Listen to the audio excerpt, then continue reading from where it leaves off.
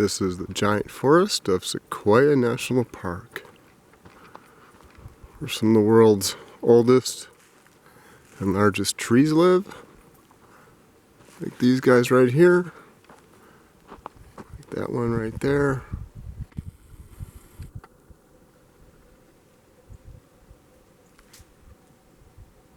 A lot of these trees in here are anywhere between 500 and probably 1,500 years old.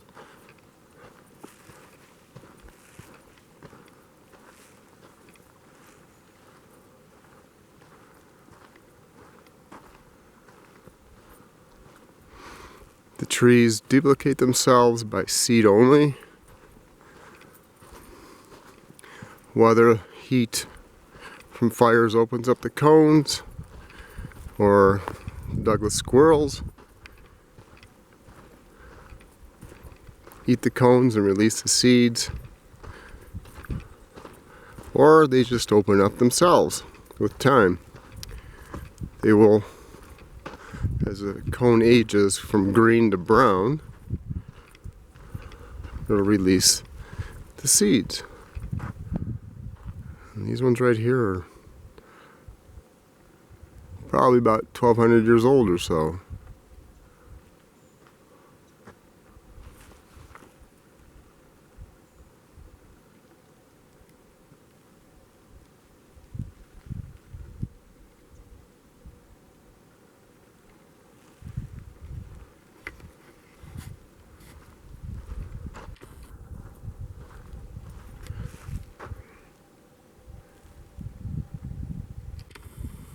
That's looking down in the Crescent Meadow,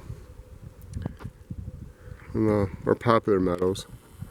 Usually a good place for bears in springtime, as they forage on the grass and wherever else they can get their paws on.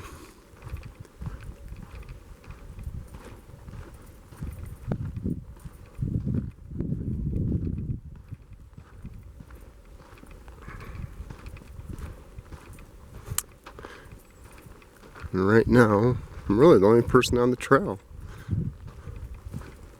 which is a beautiful thing for me. It's nice to be home and have a place to myself.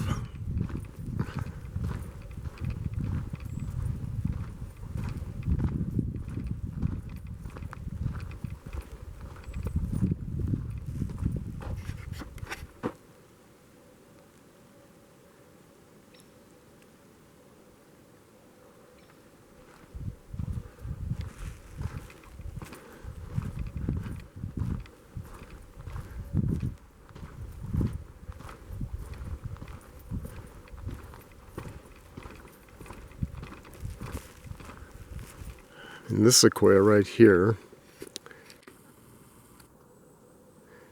I mean, it's probably at least 1,500 years old. It's probably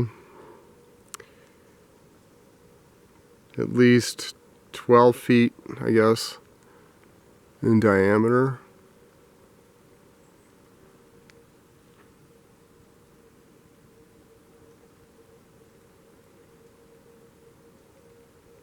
Yeah, it's not one of the larger ones, but it's a good sized tree.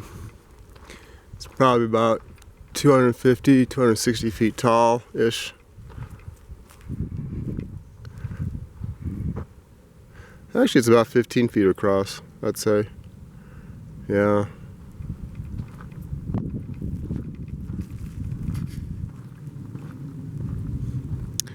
And here's a burned tree. Usually takes a lot to kill them. Something like this, what probably happened is there was a log or an old branch that fell, that was sitting by the tree, and that branch or log came on fire and sat there and just basically toasted the tree. Because a basic fire, as it moves through the forest, will not harm the tree, especially a mature tree like this. So it's probably, look how high it went too. That's a good 100 feet up. Yeah, usually that's how it happens. There's a log or an old branch that fell. It sits there and burns as the fire cruises through the forest. The log becomes lit up and just burns the tree. And there are others like that around here.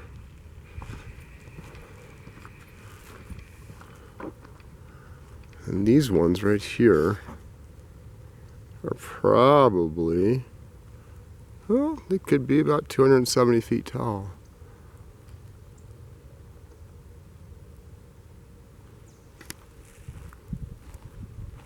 And these are all sequoias.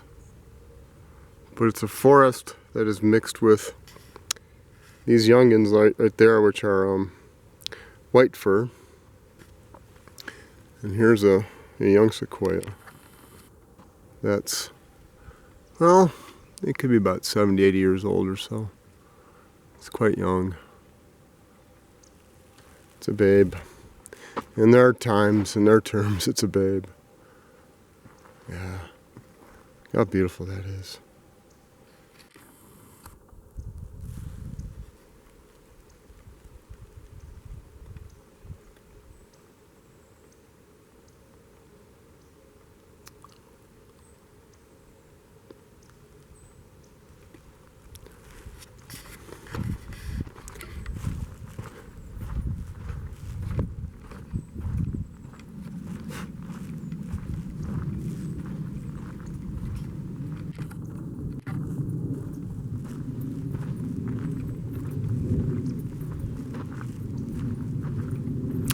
There's also sugar pine,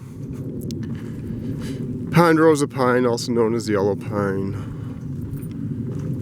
There's red fir up here. A little lower elevation, there are some oak. But mostly it's red fir, white fir, sequoia, ponderosa pine, and sugar pine.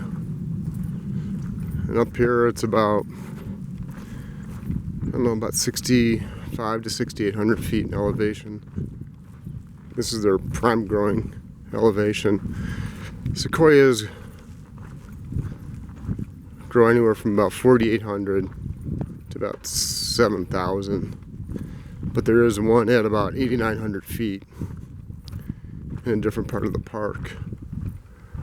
How it got there, who knows? Probably a bird dropped a seed. There's another dead one. Yeah. And this is the result of a fire. Probably 100 or 200 years ago.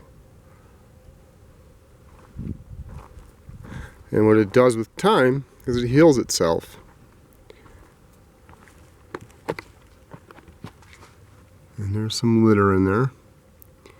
And I wouldn't be surprised if maybe a bear or something might use it to hibernate in, because it'd be a great spot to sleep in the wintertime.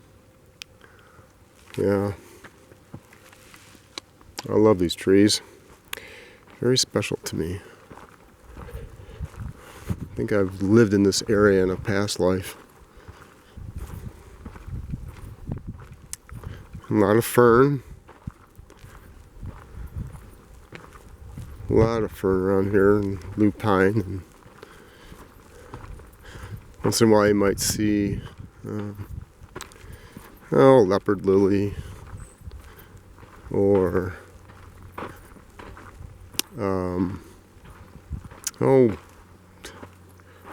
I can't think of it now. It's a red plant that does not produce chlorophyll, and I'm drawing a blank right now. Snow plant, that's it, snow plant. It's too late in the season for snow plant, but yeah. Yeah, this is called a chimney tree. As you can see, there's just not much left to it. Although some sequoias, in spite of a lot of damage, might keep living. like the Washington tree. Used to be about 250 feet or so, and was the second largest at one time. And then through a couple storms, it lost about 150 feet, and now it's only 115 feet, but it's still living, still alive. So, hope you enjoyed, and thank you for joining me. This is Barry. Saying goodbye.